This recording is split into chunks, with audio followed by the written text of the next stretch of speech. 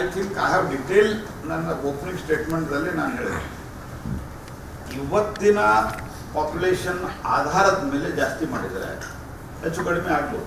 ಇವತ್ತಿನ exactly 2011 population ಅದ ನಂತರ ನಮ್ಮ ಕಡೆ ಪಾಪ್ಯುಲೇಷನ್ ಡಾಟಾ ಇಲ್ಲ because of Covid and many other things. 2011 ಮೇಲೂ ಮಾಡಿದ್ರು ಕಮ್ಮಿ ಆಗ್ಬೋದು. ನಾವು ಅದನ್ನು ಮಾಡ್ತಾ ಇಲ್ಲಲ್ಲ. ಬೇಸಿಕ್ ಸಂಗತಿ ನಾನು ನಿಮ್ಗೆ ಅದನ್ನೇ ಅಂದರೆ ನಿಮ್ಮ ಮೂಲಕ ಜನರಿಗೆ ನಾನು ಪ್ರಸ್ತಾಪ ಮಾಡಿದ್ದೆ, ನಾವು ಅದನ್ನು ಮಾಡ್ತಾ ಇಲ್ಲ. We are increasing. 71 ಪಾಪ್ಯುಲೇಷನ್ ಮೇಲೆ ಏನು ಶ್ರೀಮತಿ ಇಂದಿರಾ ಗಾಂಧಿ ನಂತರದಲ್ಲಿ ಇರೋ ಇತ್ತೀಚಿನವರೆಗೆ ನಾನು ಹೇಳಿದ್ದು, ನನಗೆ 24% ಮುಖ್ಯಮಂತ್ರಿಗಳ ಸ್ಟೇಟ್ಮೆಂಟ್ ಏನಿದೆ, ನಮ್ಮ ಶೇರು 24% ಆಗತ್ತೆ ಅಷ್ಟೇ. ಇವತ್ತು ಯಾವುದಾದ್ರೂ ಒಂದು ಪ್ರಮುಖ ದಿನಪತ್ರಿಕೆ ತೆಗೆದು ಅದರಲ್ಲಿ ಹೇಳಿದ್ದಾರೆ 24%.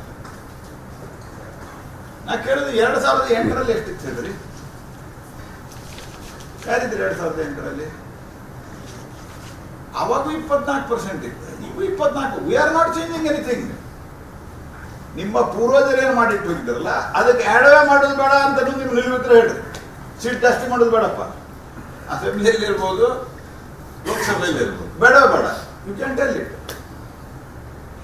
ಸುಳ್ಳೇ ಹೇಳ್ತಾರೆ ಜನಕ್ಕೆ. ಮತ್ತು ಇನ್ನೊಂದು ಸಿದ್ದರಾಮಯ್ಯನವರು ಏನು ಸ್ಟೇಟ್ಮೆಂಟ್ ಕೊಟ್ಟಿದ್ದಾರೆ, ಇದನ್ನ ಸ್ಟಾಲಿನ್ ರಿಪೀಟ್ ಮಾಡಿದ್ದಾರೆ, ಅಲ್ಲಿ ಸೀಟ್ ಜಾಸ್ತಿ ಆಗ್ತದೆ, ಅಲ್ಲಿ ಕಾಂಗ್ರೆಸ್ ಪಾರ್ಟಿಯ ಪ್ರೆಸೆನ್ಸ್ ಇಲ್ಲ. ಯಾರು ಹೇಳಿದ್ದು?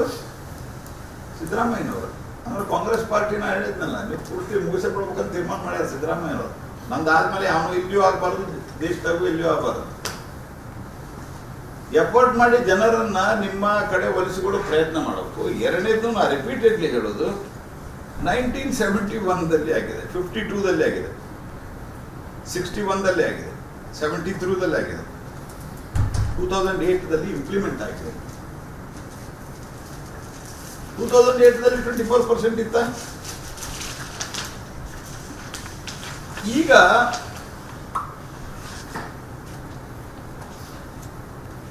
in the last delimitation, southern state there was 24%.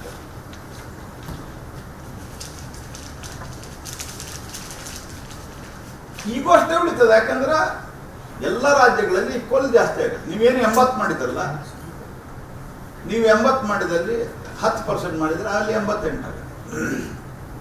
ಇಲ್ಲಿ 10% ಮಾಡಿದ್ರೆ 28, 3 ಆಗ್ಬೋದು, 31 ಆಗ್ಬೋದು.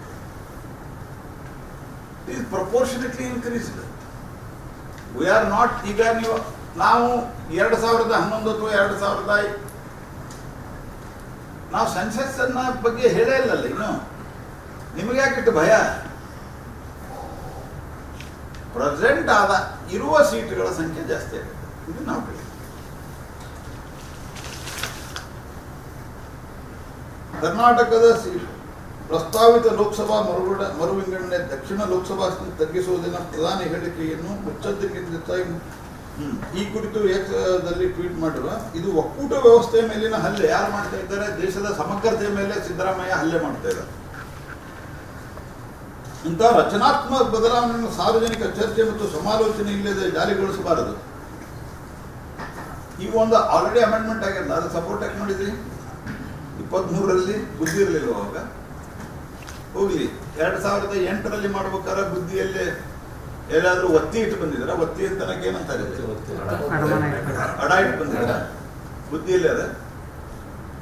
ಯಾರು ಮೂರ್ಖರು ಮಾಡ್ತಿದ್ರಿ ನೀವು? Ultimately people are very intelligent. Indian democracy is very very matured. It has become very vibrant. ನಿಮ್ಮ ಮೂರ್ಖತನದ ನಿಮ್ಮನ್ನ ನೀವು ಸಂರಕ್ಷಣೆ ಮಾಡ್ಕೊಳ್ಳಿ ಕೇಳುವಂತದ್ದು ಯಾರು ನಂಬೋದಿಲ್ಲ. ದರ ಮತ್ತು ಪ್ರಮಾಣ ಸ್ಪಷ್ಟವಾಗಿ ಬಿಜೆಪಿ ಪ್ರಾಬಲ್ಯವಿಲ್ಲ. ಉತ್ತರದ ರಾಜ್ಯಗಳಿಗೆ ಅತಿ ಹೆಚ್ಚು ಲಾಭ ಕೊಡಲಿದೆ. ಇದು ಸಿದ್ದರಾಮಯ್ಯನವ್ರ ಸ್ಟೇಟ್ಮೆಂಟ್. ಸಿದ್ದರಾಮಯ್ಯನವ್ರು ಅಂದ್ರೆ ಉತ್ತರದಾಗ ನಾವು ಎಂದೆಂದೆಂದೆಂದೂ ಬರುವುದಿಲ್ಲ, ನಮ್ಮ ಕತಿ ಮುಗೀತಂತ ತೀರ್ಮಾನ ಮಾಡ್ಯಾರ. ನಾವು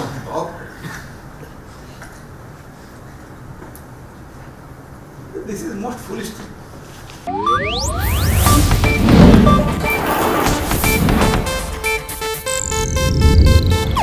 ಇದು ಏಷ್ಯಾನೆಟ್ ನ್ಯೂಸ್ ನೆಟ್ವರ್ಕ್ ಪ್ರಸ್ತುತಿ.